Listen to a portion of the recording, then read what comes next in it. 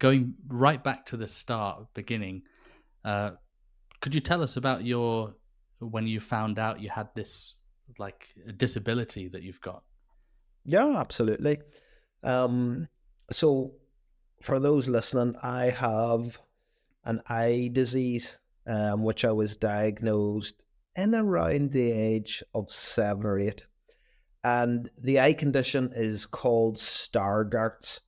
And very simply, the center part of my eye is completely blind. So looking for me as if nothing is there in that center part. And therefore, for me, I would use the peripheral vision um, to be able to see. So the center part of the eye is actually where people get a lot of the clarity and being able to see distance. So for me to kind of describe what I can see is I nearly find sometimes, again, there's a blind spot in the middle, but if you ever see somebody, it's less common now, that you takes a really bad picture that it's extremely blurry because it's moving. I often see things, well, most things I see are blurry, but I often see differences in things because of the difference in color and that rough shape. On a percentage scale, I'm just under 10%. So I'm roughly in that 5 to 10% range. And was actually initially was my mum and dad started to realize actually at school. I think the teacher mentioned a few things back. Like I had to start trying to get out of my seat and get closer to the board to see whatever the teacher had put up there. I would start having to get a bit closer to books to be able to read it. At home, I would have to come out all of a sudden, not sit on the sofa. I would be starting to move closer to the TV. Mum and dad would notice when I talked to them that I would actually be looking past them. And from there was just lots of little indications that then they went and took me to get my eyes tested, and then obviously on up to a specialist at the hospital. So So yeah, that's what do you actually see when you are in a race, for example? yeah. So again, everything around is blurry. So let's say I'll see. So track's usually orange, and you'll have the white line. So for example, I would see the color difference there, and therefore I would know, like it would be very blurry, and therefore I would know that kind of that direction. Now, I wouldn't start at the race and be able to see the finish. Everything would just be really blurry. I was in a stadium competing at the games. I wouldn't see people in the audience. I would just see blurry colors. Like Huh. on the infield, I would see green, which you just on the ground, which you'll know is the grass. Actually, a funny story in London 2012 in the heats of the 100 meters. So I don't know anybody who watches, or maybe do or don't know with athletics. Often you've got the track, and then on the right hand side of the track at these major competitions, you'll actually have the camera, which is on the ground, and it's on. I don't know how to describe it. It's on a thing that eventually moves. So basically, the camera sits beside whoever's leading and follows them up the track. And obviously, the faster somebody's going, the faster the camera is going to be shooting up the side of the track. And so in the corner of my eye, I could see something just blurry and black. In the heats, and I was halfway up the track saying, "Who is that? That's right beside me in this race."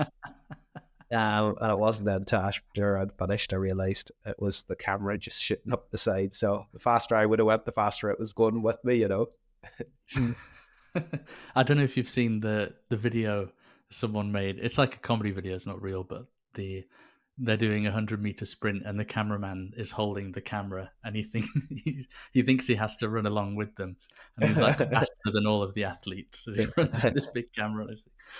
It's funny, but anyway, I can imagine most people when they learn something like that about their own health, and they find that there's something that's going to impair something as impactful as vision that much for the rest of their life, that would be quite discouraging, and take a big toll. And I'm interested what was it in you, or maybe in your upbringing, that made you kind of not have that victimhood mentality when that came on you? And obviously you've progressed to have this elite athlete mindset. I'm interested in that. Yeah, and I think on any of these situations, people go on a journey. Um, and for me, looking back, the hardest thing to do is to accept the situation you're in. And for me, that was also a challenge. It took me a good few years. I actually think the catalyst for that change was sport. And going into the Paralympic Games and para sport. And I mean, I didn't like it could have been a journey of 15 years, maybe even a bit longer, that I felt took me to accept the situation I was in, to accept that I have a visual impairment, to actually stop looking at it as a challenge and start to see the opportunity. Mm. Um, and that, again, it's so easy to talk about that, but being able to make that shift is such a hard thing to do, in any challenge we face. Um, but again, I looking back through that school period, like I found it hard. It dented my confidence. It dented, um, probably a little bit of the belief I had in myself. It's easier to get a little bit more reserved. Um, but it really, and I think actually with that comes doubts as well, with what you can and can't do. But sport was one of those vehicles that really started to to change that. And there was a period too that I was unsure if I would even go into para sport. So we're talking about the Paralympics. Where it is today is in a very different place than it was back when I first came on the scene, was in 2005, and was my later years of secondary school. And I spent so much of my time at school trying to blend in, to hide my impairments, to try not show people, or to try, yeah, actually just to try hide it. And Mm. the opportunity came to me, would I be interested in getting into para sport? And did I really want to get involved in it? Did I want to shine a light on it? No, because I wasn't confident in myself. I wasn't comfortable with where I was at. But anyway, I'd actually decided to. And that was really the start, of what started to change as I went through kind of sport and had the success I had.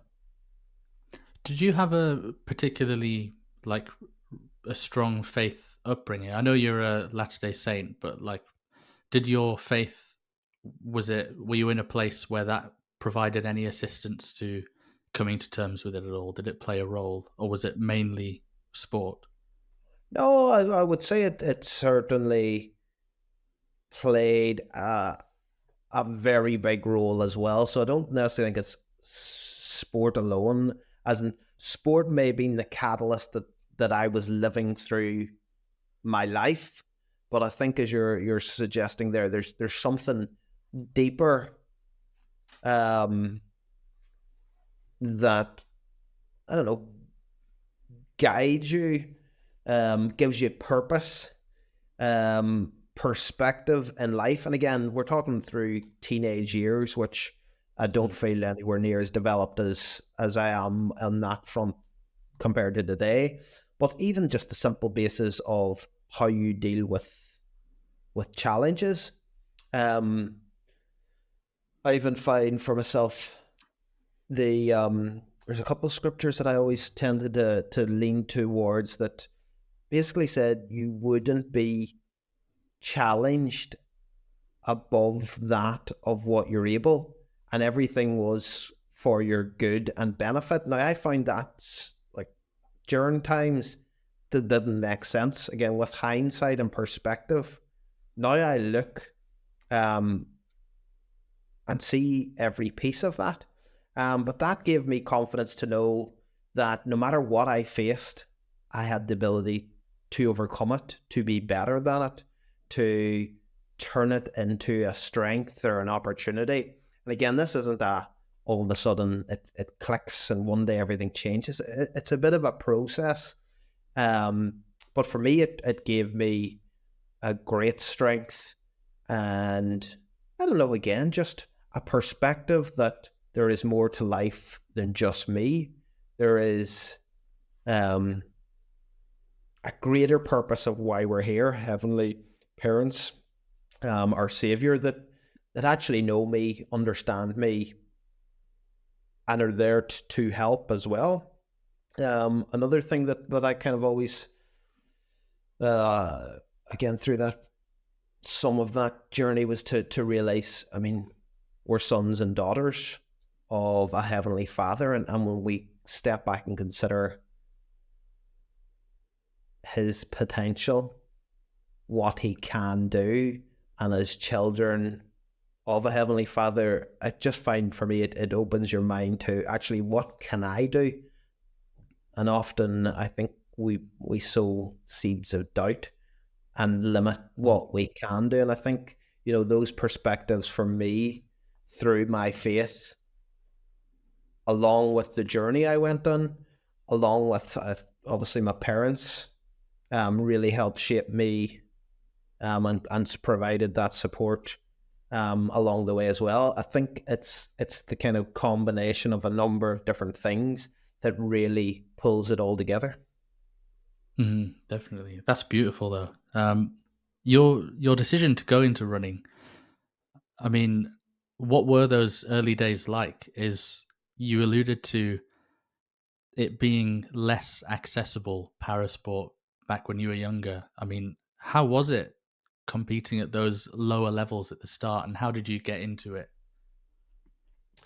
So I originally actually just did other sports, and I was always pretty good at other sports. Surprisingly, when I was fast, nobody could catch me. Um, Which other ones did you play? I played a bit of football, would have been what I played the most. I Ah, did a bit of rugby. So if you've got speed, you're always dangerous. So I had that to my advantage, even though I couldn't see very well. But it was actually a school teacher who got me involved, encouraged me to go to an athletics club in around. I was doing my GCSEs. PE was one of the subjects. Again, athletics was the one of the sports we were being assessed on. I think it might have been a 12-week period. We had to show improvement. But through that, she encouraged me to go to an athletics club. Wasn't really that interested. Told her she'd come back with information. I would go along, hoping she wouldn't come back. And she came back with the information, and then I kind of felt I had to hold up my end and go to athletics club. So actually, I suppose the lesson in there for me, you just never know what opportunities lay in front of you. Um, and sometimes those opportunities feel irrelevant, insignificant. What difference does it make if I went to an athletics club? You'd say it doesn't matter at all. But now, obviously, in hindsight, um, it was massive, and it was a massive start of a pivot um, for me to move into sports. So I actually went to athletics for a while. I was the kind of person who would go to an athletics club and wouldn't tell people I couldn't see. So I never was. So I have enough vision that I could probably pretend and you wouldn't necessarily know. But I was always somebody who never wanted my eyesight to be the reason why I couldn't do it or to people look at me any differently. So I just would have went and trained and said nothing. And then it was about a year or so later, I think my dad had mentioned him a coach, and then he had kind of floated the idea around para sport. Would I be interested? As I said, I wasn't really interested, but I actually did in the end up. And that's kind of how it started. were those kind of lower levels of parasport difficult to Like, was it an accessible thing at the time? You mentioned that it wasn't really, but was in terms of, I know inclusivity is a big buzzword today, but was it accessible at all? Was there any like funding? It seems like you're probably one of the key figures that have actually brought that more into attention, especially where you are. Yeah, absolutely. I mean, I knew nothing about it at that age. Um, was not aware of opportunities, um, funding. Once I did get involved, there was government funded for athletes, but like the organization would have been so underfunded. We would have been paying to go to championships. We've been paying to go to games. That all shifted, I'd say, London 2012. So absolutely, it was not. I think it's probably a reflection of society as well, where some of this pieces have moved and really shifted, but it certainly wasn't. And again, it's easy looking back here, but the sport, as you mentioned, where in Ireland, again, just like in the UK and other places, it actually then requires people to somewhat pave the way of kind of trying to shift perceptions and shift people's understanding of it. And I think there was a number of us through that.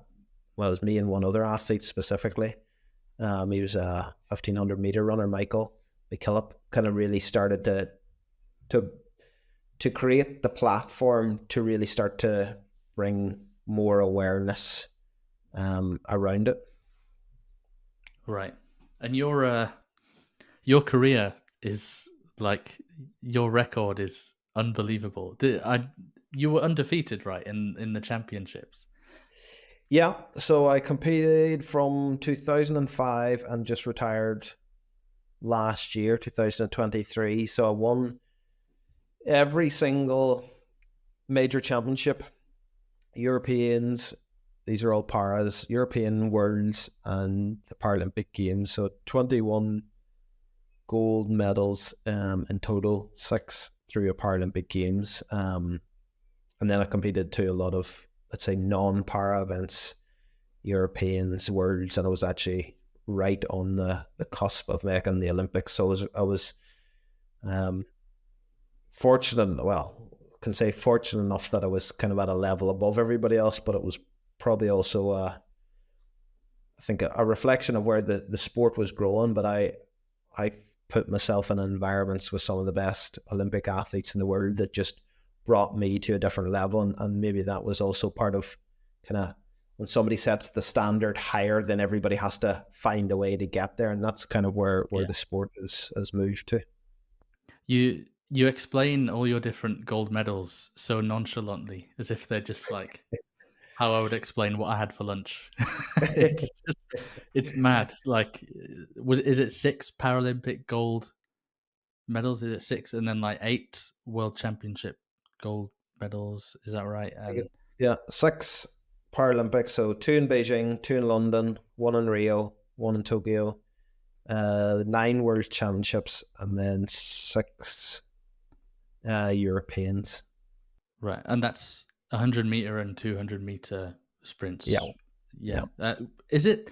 I'm interested actually. Is it the same? I mean, could you explain the feeling of getting your first gold on like the big platform versus the feeling of getting like the second and third? Is it the same, or is it just kind of you get into a I'd say it changes because often with, let's say, each Olympic cycle, there is,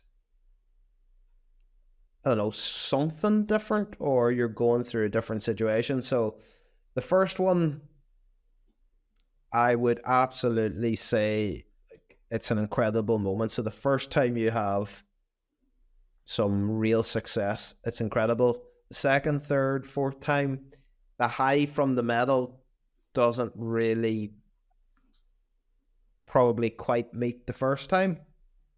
But for me, even looking back in Tokyo, let's say Tokyo, or let's say London 2012, was actually about the whole games. London 2012 was incredible as I Mm. just everything around it. It was a kind of shifting point for para sport. It was so close to home, media, you know, family, friends. So it as a whole experience was actually probably the best, even though Beijing, maybe the feeling of winning the medal might have been better than London. Tokyo, I had a really, really tough time of injuries. The toughest times I'd had throughout all of my career, but actually, as a race, I won that race by 100th of a second. Like, it was that close. So that actually, as a race, was my greatest race of all my career because actually I had to overcome some pretty big obstacles, and I actually was able to do it on the day and win by such a small margin. So it's everything brings something slightly different or a slightly different meaning depending of kind of what's happening around it. Right. And how did you? I've always been interested when watching the sprints is the amount of work that goes into 10 seconds Second of. race. Yeah. Yeah, I mean, well, firstly, could you detail the like how intense is the preparation for a race like that, or is it like what aspect of that comes naturally? And also, I'd be interested to know how you like settle down after after a big race like that. Like, what do you do? Yeah, it's so like here's the reality. It's an Olympic Paralympic cycle, which is a 4-year cycle. And that's the end of the cycle, the big race. So, I mean, it's a 4-year preparation for this one 10-second moment, and it's got to be thousands and thousands of hours on the track in the gym. But it's also not just about what you're doing on the track and in the gym. It's everything you do off it. It's how you're eating your eating. It's how you're sleeping. It's how you're living your life. It's a very disciplined life that you live, all just to run and hopefully win this 10-second race. So when you get there, there's a huge amount on the line. You're judged often on these one moments. So like and I suppose also during time is how do you learn to deal with that intensity, that pressure, and that expectation. And it isn't easy, but for me, one of the things that you probably, I don't know if you do here, but in sport we talk a lot about control the controllables, and what can I can control? What can I control? And the only thing you can ever control is yourself. So the moment you start getting distracted by what the person beside me is doing, or what somebody is saying in the media, or all these other pieces, then for me, the distraction for some people might be fine, but takes away energy. It takes away just your focus. And I think that was one of the things I was fortunate enough and got better. And what I was really good at Tokyo, which was the difference in that 100th of a second, was to stay in control of the things I could influence, the things I could do, which, again, sounds so simple, but is also so hard to do. Yeah, absolutely. And in terms of coming down after the race, like, did you have a specific thing that you would do? To be honest, I didn't. So again, I'm as a personality, anybody who knows me, I'm not a kind of high and low person. I am middle of the park constantly. So I tend to not get too high on the highs. But for me, I just find in those moments it's a huge amount of satisfaction, and actually, depending on them, a huge amount of relief. Because I talked about the pressure and the expectation and all boiling down to these moments, the relief that when things go the way you hope. But for me to relax, like I just coming down to me is just relaxing, just sitting back and just thinking. I don't know. Sometimes to try embrace or enjoy what just happened, because again, Yeah, something maybe now in hindsight that I realize a bit more than I certainly didn't in my early careers. It's incredible the opportunities that I've had and those moments that I've experienced, because once they're gone, they're gone. Um, so yeah, sorry, nothing too exciting about the dealing with the highs, but I think too it's important not to get carried away with the highs, to try keep yourself. I don't know, maybe my faith has been part of this as well, and trying to keep myself humble, realizing that it's not all about me, that I'm blessed with a talent, and I'm fortunate enough to have a talent. Like we all have talents in just very different places. But it's fortunate enough to have it. And for me, it was also about trying to show, maybe appreciate it by actually trying to reach my potential, and not thinking, Jason Smith's great, he did this, he did that. I always felt like it wasn't me ever doing things because of, me on my own. It was all because of my merit. Yes, I've had to do a lot of work to get it. So I think, the pieces like that um, help me deal with it. Just shifts your perspective a little differently, I think. was that quite prevalent for you then? That like seeing your talents almost like you're a steward over them, which is obviously a massive gospel parallel. But like, rather than yeah, I've got this talent, I've worked really hard from it, the credit all goes to me. There was almost a kind of I've this is sacred. This is a gift that I've been given in part I by think, God, and kind of respecting that. yeah, and I think there's a responsibility on myself, on everyone, to somewhat develop and try to maximize it, or maximize maybe the wrong words, but get the most out of it. And the most out of it for me, and again, kind of digging deeper into it, was about trying to show people what is possible. Mhm. Um, Again, back to this point of we doubt ourselves and we don't believe what we can do. Show what is possible. And it's all about in your action. It's not about talking about it. It's about actually doing it. And I think for me, again, I always felt a responsibility as to be a good example of that, and actually through the way I live my life, because I felt that all came with the the sporting success I had, is actually what I stand for and what I represent, trying to, I don't know, show that, somewhat you can be normal but doing things for good as well, and trying to help inspire, motivate people on the way to be better at whatever it is they want to do. And I don't know, I just feel if we could all do that to one person, what a different world we would live in. Mhm. Absolutely.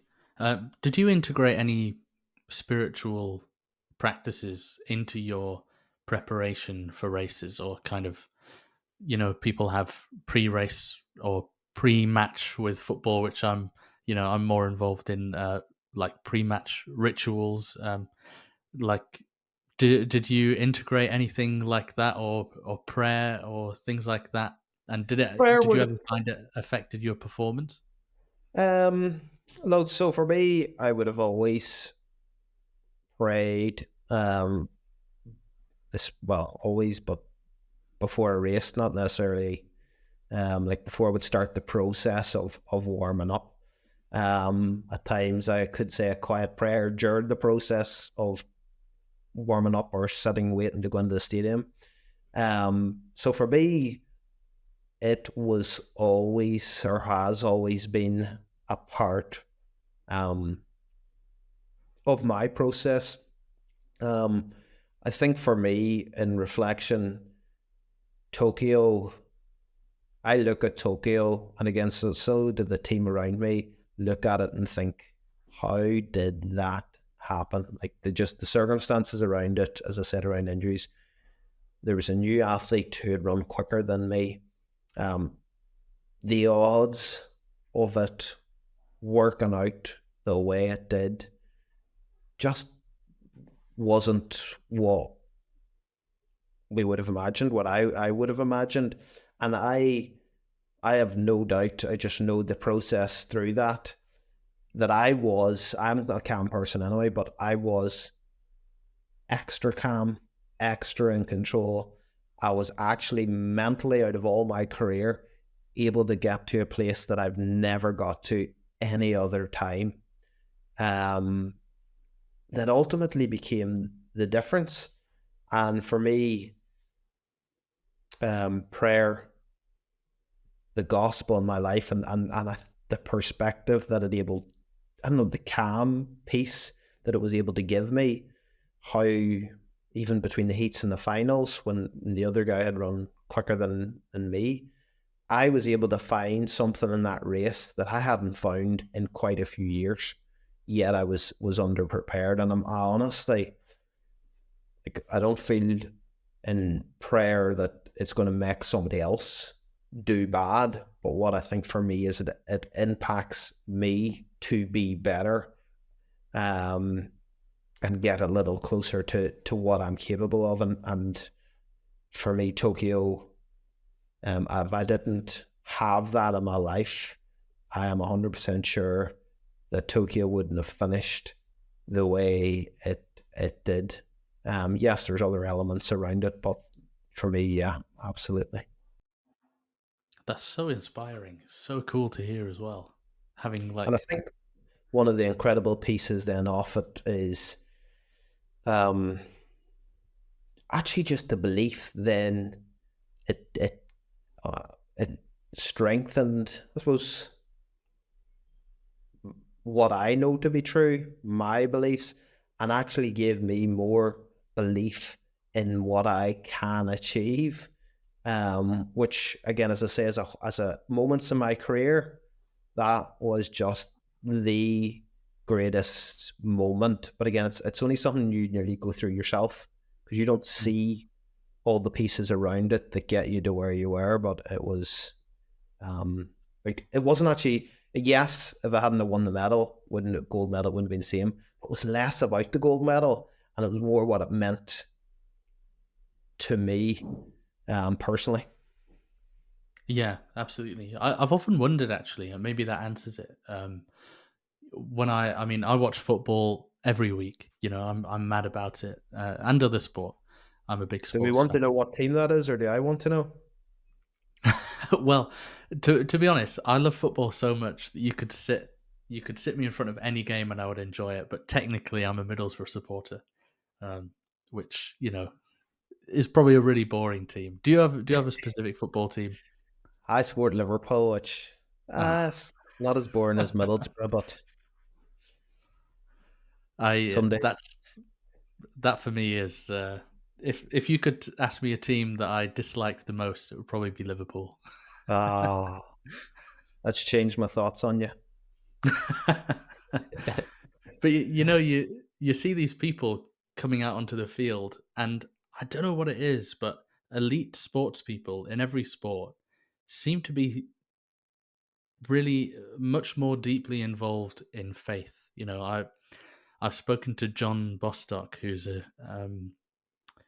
plays for, oh gosh, I can't remember. This is terrible. He plays for a pretty good side. He used to play for Spurs, and he created Ballers in God, which is like a group where footballers come together, professional footballers come together, and they support each other in prayer, and they have retreats and stuff. And you see Bukayo Saka talking very openly about his Bible, but you see it in every sport. I just don't follow others as closely, and I'm wondering if that is kind of there's an urgency to their discipleship in that they really get confidence in those moments. But have you seen that too? I've always wondered why that is from a sports person's perspective. Um, I don't like. I wouldn't something I would say is stood out and obviously seen. I think for me, where I've noticed it is actually more um culturally, depending on where people are from. Definitely see it in the States more than I find here in Ireland, and maybe some of the past issues have I find a lot of people actually don't um, lean on their faith or even have their faith. But I think a lot of again some of that has been past troubles. Um, so I, I'd, like it wouldn't be something I would say obvious more nationalities. I can't remember what your second part of your question is. Was there a reason why some people lean on it?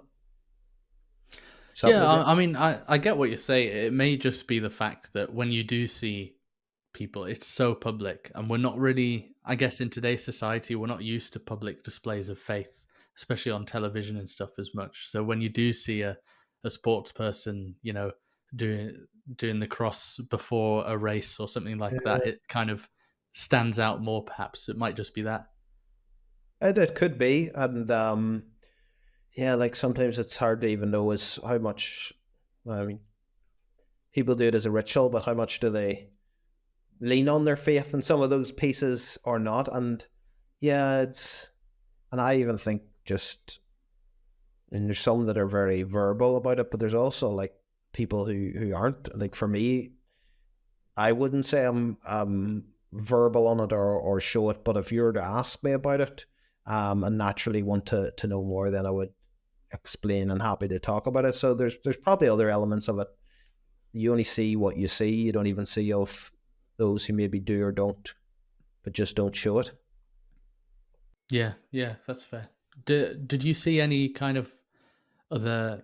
I think you have a really unique viewpoint especially in terms of how you think as a sports person, and the experiences that you've had in your life. And are there any gospel parallels that you could draw um, from being in Paralympics and elite sport that perhaps general people wouldn't naturally make?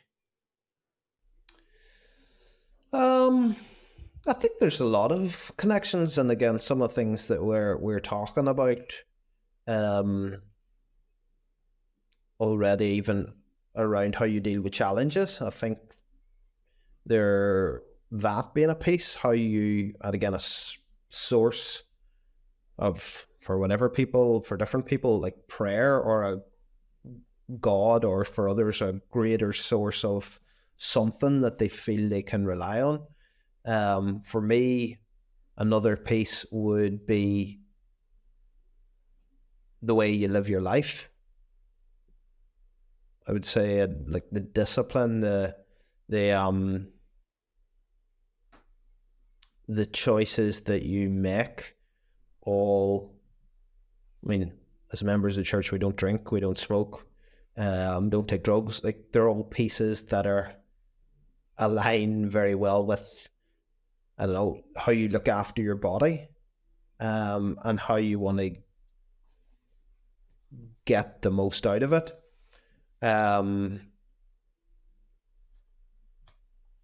I think I just find there's lots of ways that I feel I connect um, either way with it, if that makes sense. Yeah, yeah.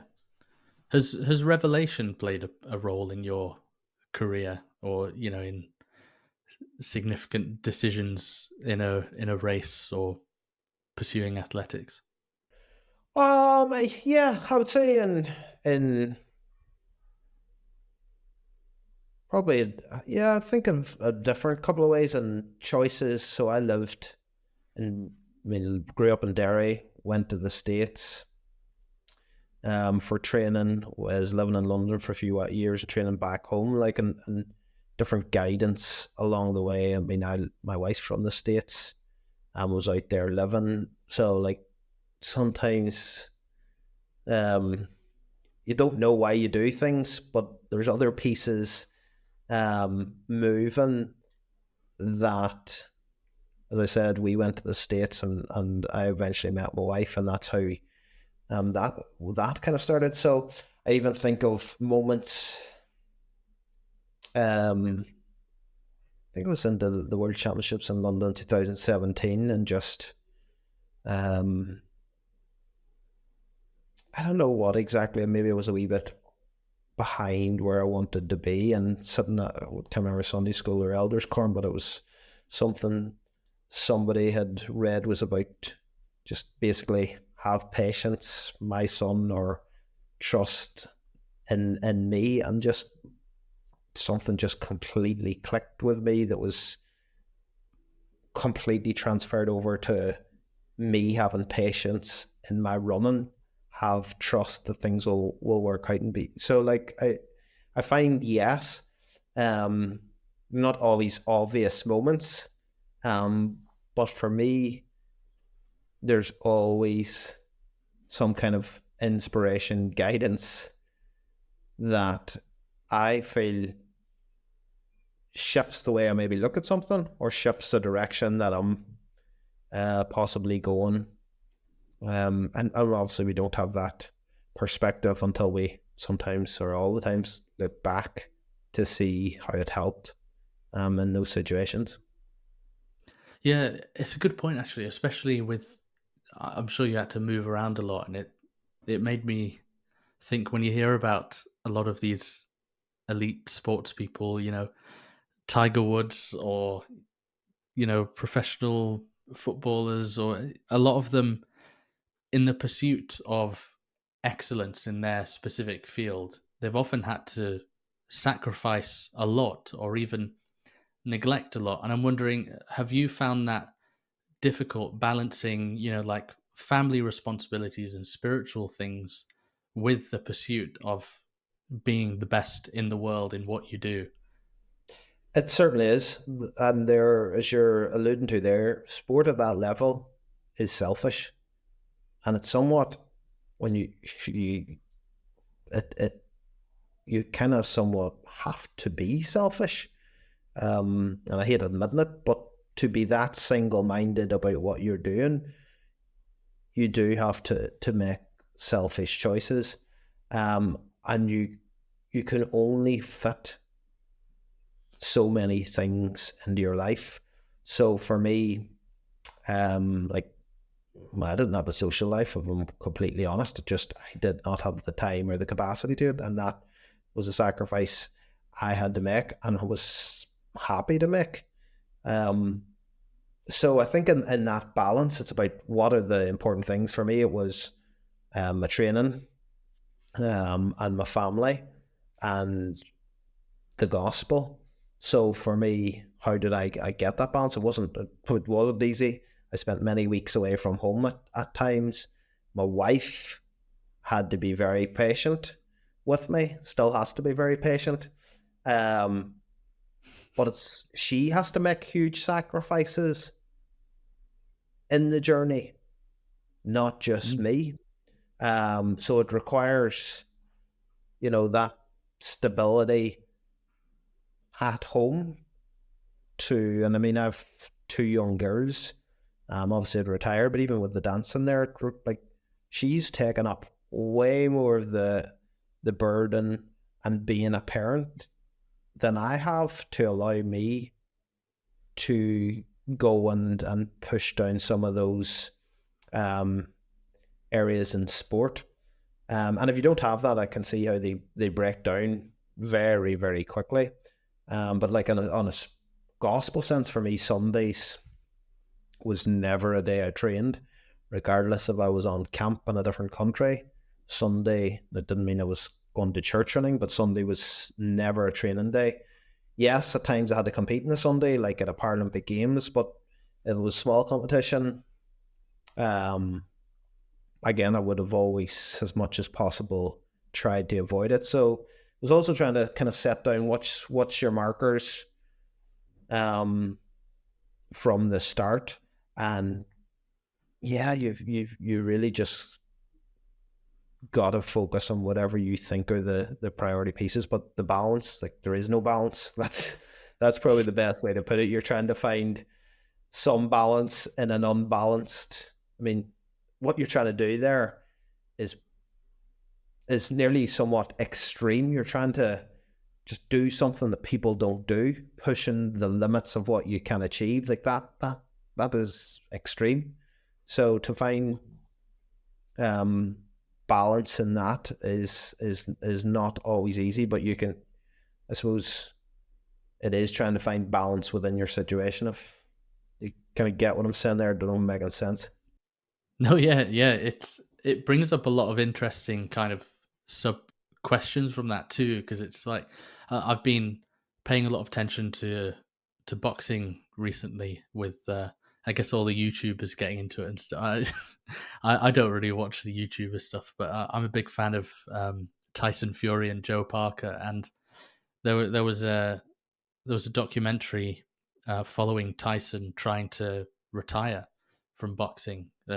Kind of, I did wonder if it was similar at all to any of your experiences because you retired really recently, and how he kind of there was this tension between ambition that had been fueled by all of these achievements, but also like finding contentment, finding peace with what you had achieved, and kind of like accepting, yeah, I've done really well. I can be proud of myself and put that down. But despite that, there was still that kind of, I don't know if it was a habit or kind of just innate within him, but it was really hard to balance that ambition with the contentment and to let go. And did you have any similar experience when you decided to step down from it and obviously finding that balance in your Mm, life?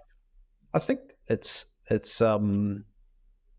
that whole retirement transition piece is, I would say, something a huge amount of sports people struggle with in some way or another, um, because of what you were so focused on trying to achieve. So for me, I like looking back, I feel content in everything I achieved. I don't feel any desire to want to get back or get involved in like watching the games this summer. I don't feel I have any desire to be there. So I feel like in that kind of, I did everything I needed to do. Maybe that's part of the contentment. There was nothing left for me to do. Hmm. Um, that I found that piece a little earlier, easier. What I do find harder now is to kind of control that ambition where I was so driven to what I wanted to do. I was so clear on how I was going to do it. And now I don't know those answers anymore. I don't know exactly where it is I would like to be in 4 years.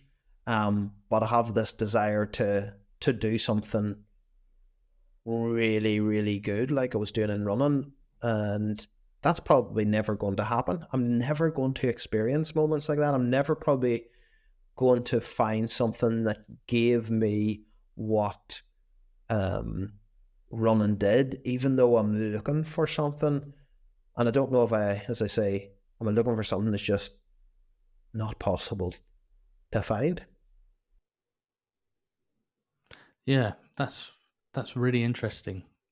I mean, from what you're reflecting on now, what advice would you give to people in a similar boat to how you were? You know, as you look back on your career, um, obviously you've got a long way to go in other stuff, but specifically on the sprinting and the races, those people who are kind of, I don't know, just swallowed up in loads of stuff that they're doing, and they want to try and balance stuff. Are there things that you would advise them on based on looking back and having that vantage point of hindsight? I think, and again, where sport has moved in these more, I'd say, in the last number of years, there certainly has become more awareness, I would say, around two pieces: how sports people transition, because it is so different, and the whole kind of area around um, their welfare, well-being. to help them through that transition. But for me, I know I talked about sport being takes up so much of your focus, but I think for any young athlete, for me, it's also important to keep looking at those other aspects of what life may look like beyond sport, because sport comes to an end. And I think where people struggle more than others is if they know what that next step is going to be or not. And the more time you've had been able to just chip away at it over time, and I think actually people are better prepared, and actually can make the move off sport on their own terms. That was another piece. I was very fortunate. I made the step off on my terms. So many people in sport don't, because they have nothing else. They don't know what to do next. And therefore, it's just easy to stay on and hold on and hold on. And eventually then in that process, you get moved on by somebody else, which I think then is a piece people find even harder to deal with. Yeah, and I have to move forward to Dancing with the Stars. Like you've come fresh off this massive achievement. For those who don't know, Jason literally just like a couple weeks ago, if that, won Dancing with the Stars in Ireland, like a huge achievement. But as we kind of talked about before we started recording, dancing is a completely different set of skills to running. How It did sure you is. like? How did you approach going into that, and how did you adjust? I think that was probably one of the strengths I had. So there's a bunch of weaknesses and strengths for when I started into this. So I think the strength was physically I'm in good shape because of all those years as an athlete. So physically I felt like I could deal with the training. The second piece is that having the right mentality to keep trying to find a way to improve, to kind of keep coming back, bouncing back, going through that again. Same process you would have been going through in sport, just that kind of mental toughness, the resilience to know, even though times it was very frustrating, know that you would just be able to get things. So I think for me, they were the two things that over time, then especially once you started to kind of get the dancing, I feel like that attitude allowed me to continue to improve, and then actually I started improving quicker. The things that I found very difficult, I have zero dancing experience. Yes, why would you go on dancing with no dancing experience? Sometimes I wondered the same question. As I talked about moving in very different directions, again, 100 meters straight down the track. Yeah, it doesn't transfer over to dancing very well. And again, I mentioned earlier, I'm just quite middle of the park. I'm not glitz and glamour. I'm not fake tans. I'm not pink suits. Anybody knows me, I'm a wee bit more quieter. You know, don't give much away. Actually, give very little emotions away. And this dancing's the complete opposite. Of everything that's kind of me. So there was a wee bit of a, yeah. I definitely, when I was asked to do it, it was, do I really want to do this? Um, and why I decided to do it, like I wouldn't be somebody who would go on this show just for the sake of being seen on Dancing with the Stars. Zero interest. But it was about trying to figure out why I would do it. And once I kind of got the why of it, then I became a little bit more open to I suppose that I was going to do it. And kind of those whys were my daughters. So two girls, 8 and 5, love dancing, love everything about the idea of daddy and fake tan and pink suits and sparkles. As any you kids would. I There was part of me since leaving sport felt like this would be a nice opportunity to get completely forced out of my comfort zone. And I've always, through my experiences, thought being forced out of your comfort zone is where you kind of, sometimes the magic happens, where you learn and you grow and you develop, and it just changes. I know sometimes your perspective makes you think a little differently about some situations. But we often don't want to go into those uncomfortable places. And the third for me was then actually around my visual impairment. And a piece for all my career in sport was kind of trying to break down barriers, show what was possible. And I wanted, and I said this at the start of what was going on, I wanted to try show people what I could see. So on week 3 of the dancing, we basically got for part of the dance, for the camera to basically try show what I could see. So I wanted to try give people a sense of what I could see, build awareness. And then actually on the final, what we did is we blindfolded Karen, who was my partner, for a good 2/3 of the dance. And it was all about showing people what I could see, and then kind of this, how the heck is he able to blindfold her, see what he sees, and be able to dance? And that was kind of what I was trying to do, was change people's perceptions, not only of what around visual impairments, but what you can actually do if you want to do it and have the right attitude about it. And I just thought it was a great opportunity to do something like that, and that's eventually why I decided to do it. Yeah, that if people watching this haven't seen that final dance where your partner was blindfolded, it really is something to watch. Your dancing skills partly, but the message behind it all. I mean, you know, there's that very specific message of you overcoming the obstacles and the adversity presented to you by your visual impairment.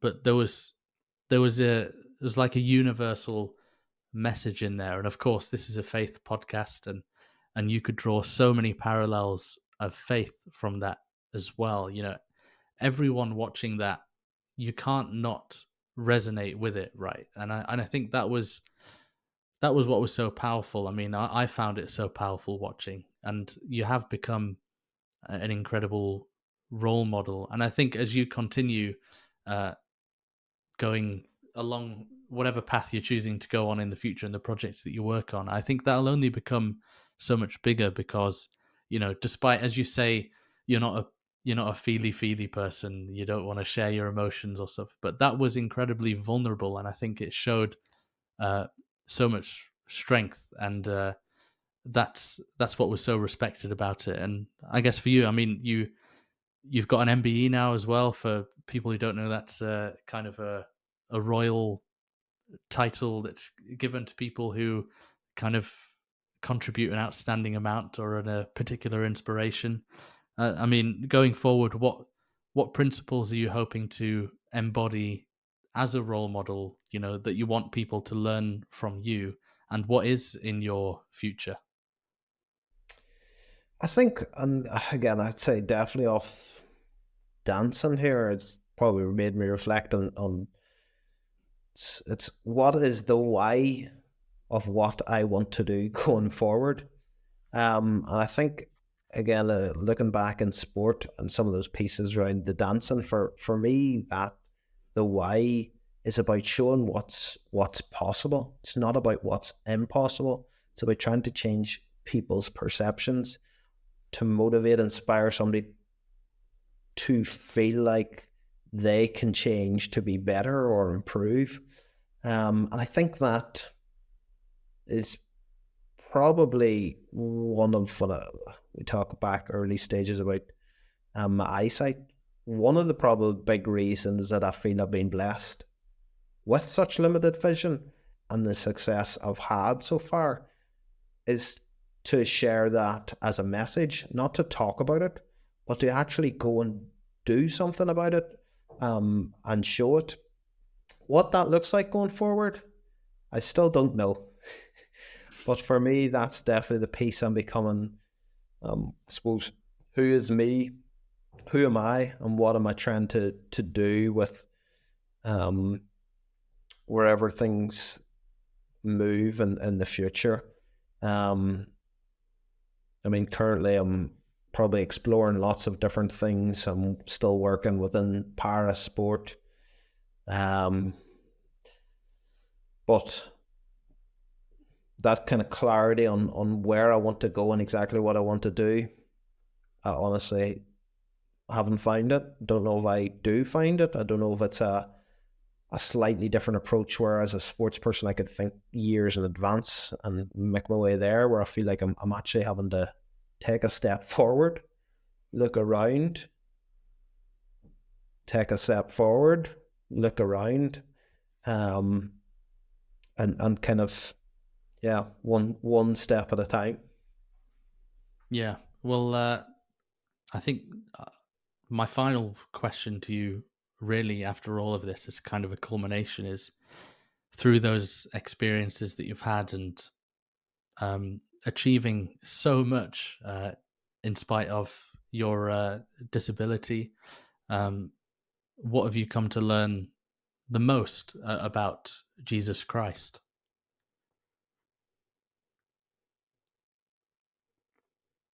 That he knows and understands me and each of us. And I think knowing that, understanding that, believing that has changed and impacted my life in so many ways for the better. That's beautiful.